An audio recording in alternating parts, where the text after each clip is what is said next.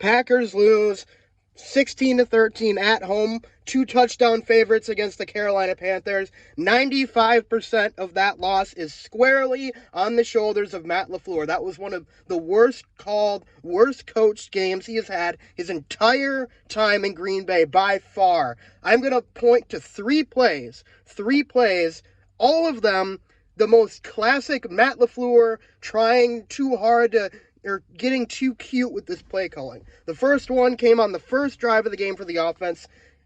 A Savion Williams bubble screen that gets blown up and he fumbles the ball. And I guess you could probably put more of that on Savion Williams, but what are we doing there? I mean, the drive was going great. We were pushing the ball down the field a bit. And then we just did that. We just decided to get away from what was working and throw a bubble screen. Second play, it was 3rd and 10. I think it was the second quarter in this game. They had been moving the ball down the field, right? They're inside Carolina territory. 3rd and 10. Matt LaFleur calls a screen pass for Matthew Golden. A screen pass. When, I mean, it goes nowhere. It goes nowhere, obviously. And Golden actually gets hurt on the play. He gets hurt on the play. Instead of throwing the ball beyond the sticks, he goes with a screen pass that injures his player. Third one, probably the worst one easily by far. This is the one that really cost the Packers the game, I think. This one was the bubble screen to Emmanuel Wilson. Packers are driving. It's the fourth quarter. The offense is starting to get some rhythm here. 3rd down and short. 3rd down and 3. Bubble screen that gets blown up immediately to Emmanuel Wilson. I don't get it. I don't get why he's so obsessed with those. And I also don't understand why Matt LaFleur is so obsessed with running the ball. I don't know why he runs the ball so much, especially early in games. I mean, Jordan Love had 1 or 2 really bad throws today. Yeah, he did. The rest of the game, when the offense was in rhythm and they're throwing the ball down the field, he was really good. They were moving the football. I mean, I don't get it. He plays like he's got a rookie quarterback back there who has never started an NFL game, and they're playing like they're underdogs, and they need to control the clock instead of just blowing these inferior teams out. I don't understand. I don't get why he coaches like this, but he's done it, especially in the Jordan Love era. He's done it so many times, and so many times it has directly led to the Packers losing a game like this. I don't know why he's so obsessed with running the football. I don't know why he's so obsessed with those draw runs. You have a really good quarterback. Jordan Love is a really good quarterback. Say what you want about that bad interception he threw. I understand. And then the one that should have been an interception in the end zone on the 4th and 8.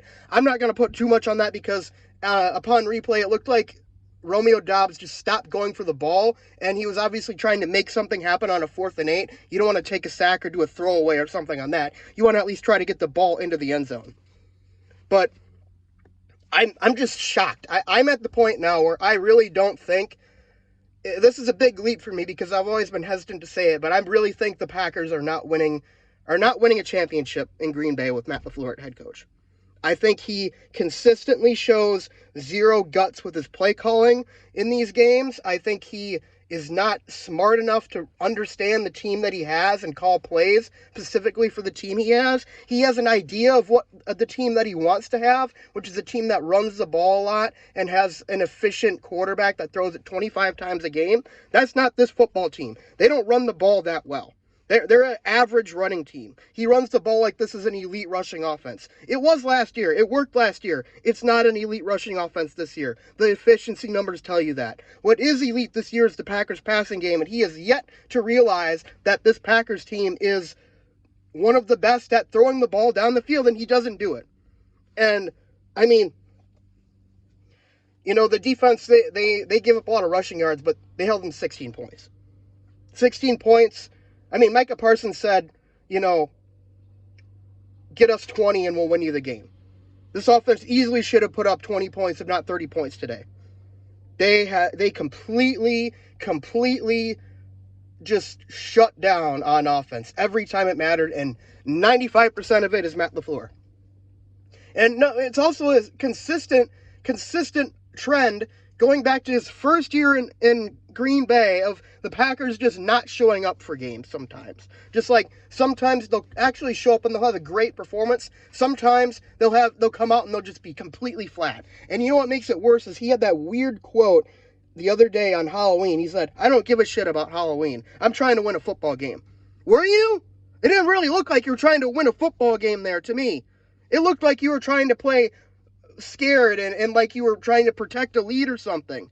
He has no killer instinct as a coach. This team has no killer instinct. Maybe if they had a coach with a killer instinct, like a Dan Campbell or something, that just goes hyper aggressive all the time, maybe they'd be a lot better of a football team and their record would reflect it. I mean, their record is still good. They're still 5-2-1. I think the Vikings are going to beat the Lions today, so the NFC North standings aren't going to change. But these are games you can't afford to lose. They're just games you cannot afford to lose. You know, the Browns game, non-conference game on the road. You know, it's a frustrating loss, but whatever. This is a game at home against a conference team, against a team that is really not that good, against a quarterback, by the way, we held to 11 of 16 or 11 for 20 passing for just over 100 yards, 0 touchdowns and interception, and you lost. The defense completely held Bryce Young in check. He couldn't do anything today, and you still lose the game. I'm just at a loss for words. I mean, clearly this is a very good, very talented football team. Very clearly it is. But their head coach plays like they're underdogs every single time, and they have to control the clock and control the game. We play a lot like the Panthers were playing. We're trying to, control the clock and limit the offensive possessions for the other team. That's not how we should play. We should be like those early 2010s Packers teams that came out firing on all cylinders, that would throw the ball 15 times straight in a row and just go out to an early 2-possession lead and not look back. This team has the talent to do that, and Matt LaFleur refuses to do it. And I'll say it again, first time I'm saying this in Matt LaFleur, I do not think he is the coach that can get us to a Super Bowl. I don't think he can win us a championship, because when the chips are down, when you really need play calls, he just doesn't do it. He doesn't trust his quarterback, who's been playing at an all-pro level this year. He doesn't trust his passing game at all, and he tries too hard to establish the run when nothing's there. I mean, I think on that touchdown drive, we had a first down pass, and it went for like 30 yards to Luke Musgrave. Next play, runs it up the middle for 2 yards. Just complete momentum killer. Go with the hot hand, man. Go with the hot hand. Why does he do this? I don't get it.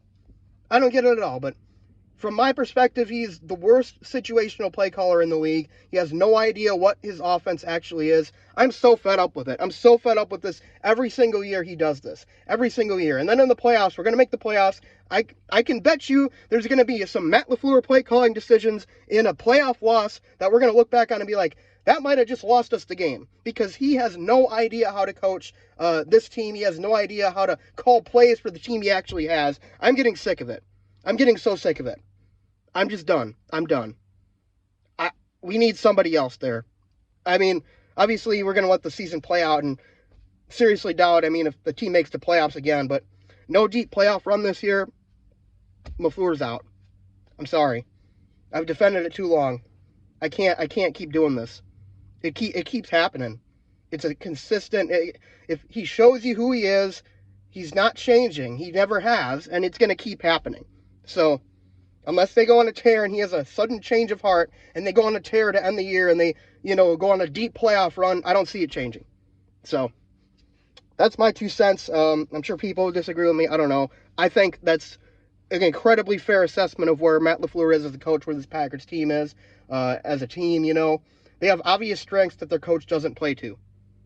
And also the Tucker Kraft injury, that looked really bad. That's going to hurt. But, oh my God. I just don't know what to say anymore. I'm so sick of this. I'm so sick of this every single year. That was almost a carbon copy of that Cleveland game, except it happened at home against a defense that isn't even close to as good as Cleveland's. And that Carolina offense, too, I would criticize the pass rush a little bit today. They did not get home nearly as much as they should have against a very poor offensive line that was already down a lot of guys, and a lot of guys went down early in the game, too. They could not get consistent pressure. I don't know what... Micah Parsons had a great game last week. He had a great game against Arizona, saved the game for us in that one, but Today he was nowhere to be found. So this team, like I said, consistent. Every year there are multiple games where this team just does not show up. They don't show up. They don't come out with a fire or a passion or anything. You know, Lambeau Field and your throwbacks against a warm weather team in November, that should be a game that you win like 38-10. That's a team that 10 years ago we would have won 38-10 against. Now it's like we're scratching and clawing against the worst of the NFL, and we lose to Bryce Young and the Carolina Panthers with a banged up offensive line, and our coach just plays scared the whole time. I'm done. But Eagles next week, Monday Night Football. I mean, the way this season's going, we might win that game, but we seem to beat the good teams and play down to our competition and lose or tie against the bad teams, but I don't know. Guess we'll find out. Go Pat, go.